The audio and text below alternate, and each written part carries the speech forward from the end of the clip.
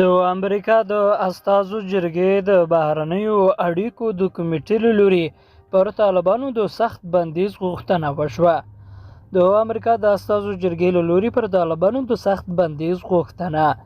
یو شمېر افغان محصلان له نړیواله ټولنې غواړي چې د افغان نجونو او ښځو د ځپلو او د دوی پر زده کړو د بندیز له امله دې پر طالبانو سخت فشار راولي څو د نوي تعلیمي او تحصیلي کال له پیل سره په افغانستان کې د دوی زده کړو ته زمینه برابره کړي. نړیواله ټولنه باید د طالبانو پر وړاندې سخت دریځ خپل کړي.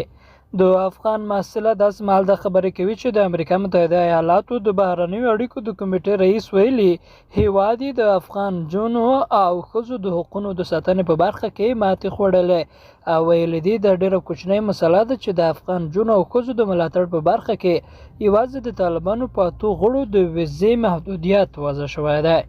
مایک ماکال د پنجشنبې په ورځ په یوه لیک کې چې د امریکا د بهرنیو چارو وزیر انتوني بلینکن ته یې لیږلی په طالبانو د سخت بندیزونو د نه لګولو له امله سخته نیوکه کړې او غوښتنه یې کړې څو د په خبره د طالبانو پر وړاندې له دې امله چې افغان نجونو او ښځو سره غیر انساني چلند کوي سخت عمل وکړي. د ښاغلي ماکال په خپل لیک کې چې د امریکا د استازو جرګې د بهرنیو اړیکو د کمیټې په ویبپاڼه خپور شوی لیکلي د طالبانو پر وړاندې د افغان نجونو او ښځو د ملاتړ په برخه کې دې ډلې ته د امریکا متحده ایالاتو خاموشي وحشتناک او ناکافي ده. هغه په دې لیک کې په افغانستان کې د نجونو او ښځو د ځپلو له زده کړو او کار یې د مخنیوي او د بشري حقوقو د فعالانو نیولو ته په اشاره لیکلي. له ټولو ډېر اندېښمنونکی همدا د ویزو د محدودیت تحریم دی چې یوازې د طالبانو د وحشتناکو کړنو پر وړاندې